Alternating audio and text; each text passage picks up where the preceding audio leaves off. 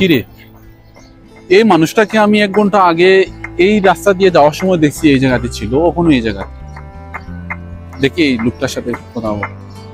আসসালামু আলাইকুম ভাই। সালাম।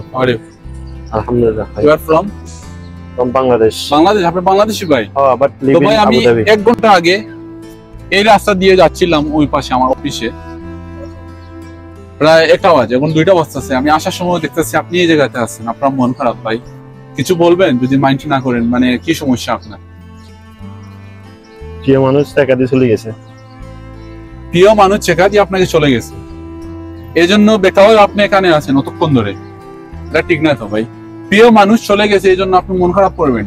আমি তো ভাবছি আপনি ইন্ডিয়ানি বা বাইরের ডিস্ট্রিক্টের অন্য ডিস্ট্রিক্টের লোক হবে, এই জন্য কথা বলতে একটু বই পাইছিলাম। যাই হোক, আমাদের বাংলাদেশি ভাই, আপনার সাথে মিলে ভালোই লাগছে। তো ভাই, আপনি আপনার প্রিয় মানুষকে নিয়ে কি কিছু বলবেন? কারণ এখানে ক্যামেরা হচ্ছে, যদি মাইন্ড না করেন। আচ্ছা, প্রিয় মানুষকে নিয়ে একটা কথাই বলতে চাই, শুধু আমি বেঁচে থাকতে না, আমি মরে যাওয়ার পরেও যদি তাকে কেউ আমার থেকে বেশি ভালোবাসে, পারমিশন দিয়ে গেলাম, কবরে গিয়ে থুতু মেরে আসিস ভাই। ওকে ভাই, থ্যাংক ইউ। আর ভালো থাকেন, সুস্থ থাকেন। ভিউয়ার্স, সবাইকে আমি একটা কথা বলতে চাই, যারা প্রবাসের মাটিতে আছেন আর যাদের অনেকের ওয়াইফ বা মা বা বোন যারা বাংলাদেশে আছেন, আমি মনে করি যারা নিজের ফ্যামিলি ছেড়ে এই দূর প্রবাসে আছে তাদেরকে, মানে যারা দেশের মধ্যে আছে, টেনশন না দেওয়ার জন্য।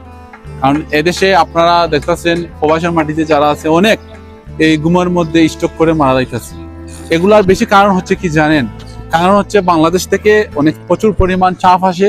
এই চাপের কারণে যখন শুইতে যায় তখন মাথার মধ্যে বিভিন্ন ধরনের বিভিন্ন চিন্তা আসে, এজন্য অনেকে স্ট্রোক করে, অনেক এরকম মারা যায়। তো যাই হোক, আল্লাহ না করুক যাতে এরকম আমাদের প্রবাসী ভাইদের সাথে হয় না। যারা বাংলাদেশে আছেন, যাদের গার্জিয়ান, চেষ্টা করবেন যে নিজের ছেলে মেয়ে যাই হোক, মানে বাংলাদেশ থেকে বাংলাদেশের বাইরে আছে, ওদেরকে টেনশন না দেওয়ার জন্য। সবাই ভালো থাকেন, সুস্থ থাকেন।